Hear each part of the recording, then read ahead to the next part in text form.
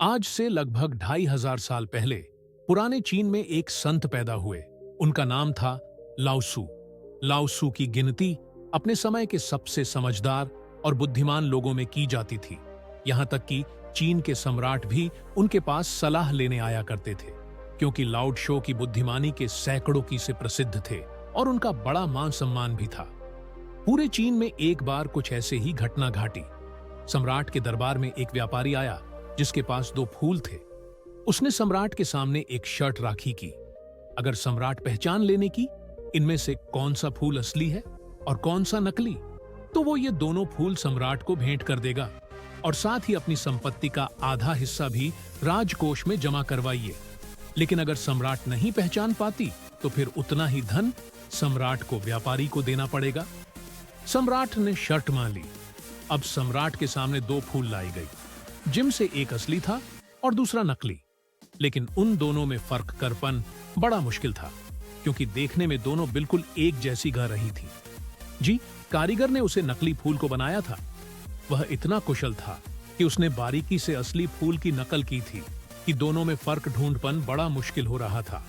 अब सम्राट उलझन में पड़ गई और जैसे ही सम्राट संकट में पड़े, उन्हें याद आई लव सुखी लाओसू को बुलावा भेजो गया, क्योंकि लाओसू की समझदारी के किस बड़े मशहूर थे। इसीलिए व्यापारी भी थोड़ा सा घबरा गए। हालांकि वह लाओ त्सो से कभी मिला नहीं था, लेकिन उसने उनके बड़े में सुना बहुत था कि लुत्सु बहुत ही बुद्धिमान व्यक्ति हैं। लहसुन तक संदेश ने संदेश भेजो कि सम्राट एक दुविधा में फंस गए हैं। 2 फूलों में पहचान करनी है, लेकिन सम्राट पहचान नहीं कर रहे हैं। लो, उसको सम्राट के दरबार में पहुंचे।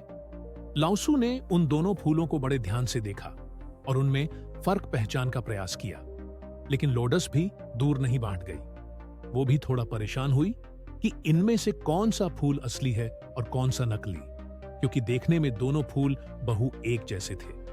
लाओसू को भी उनमें अंतर कर अपने में बड़ी मुश्किल हो रही थी।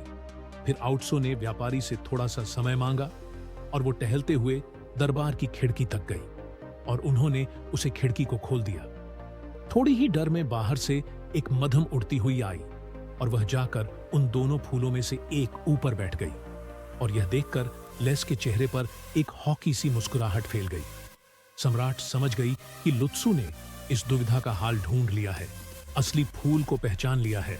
तभी लाओसू ने कहा कि बेन हाथ की तरफ रखा हुआ जो फूल है वो असली है और दाहिने हाथ की तरफ रखा हुआ फूल नकली है।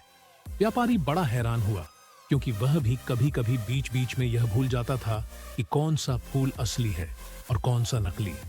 उसे भी याद रखना में बड़ी परेशानी होती थी। उसने आश्चर्यचकित होकर लाओसू से पूछा कि आपने पहचाना कैसे? लाओसू ने कहा कि मनुष्य की आंखों को धोखा दिया जा सकता है, लेकिन इस प्रकृति को तू को धोखा नहीं दिया जा सकता। प्रकृति को लाओसू तू कहा करते थे। इन फूलों को देखकर इंसान भले ही अपनी आंखों के कारण धोखे में पड़ जाए, लेकिन एक मधुमक्खी को धोखा नहीं दिया जा सकता। मधुमक्खी आकर हमेशा एक असली फूल पर ही बैठेगी। तो यह थी एक छोटी सी कहानी। लाओ त्सु की बुद्धिमत्ता के बड़े में यह कहानी हमें सिखाती है कि अगर हम ध्यान दें तो हमारे आसपास ही बड़ी से बड़ी समस्याओं का समाधान छुपा होता है। आशा करता हूं कि आपको यह कहानी पसंद आई होगी और आपके जीवन की सुविधाओं को हल करने में यह कहानी आपके कम आएगी। धन्यवाद। तो दोस्तों, उम्मीद करता हूं कि यह कहानी आप लोगों को अच्छी लगी होगी। दोस्तों के साथ जरूर साझा करें और इस वीडियो को एक लाइक जरूर कर देना और चैनल को सब्सक्राइब कर लेना। मिलते हैं एक और नई वीडियो में। तब तक के लिए दिल से धन्यवाद।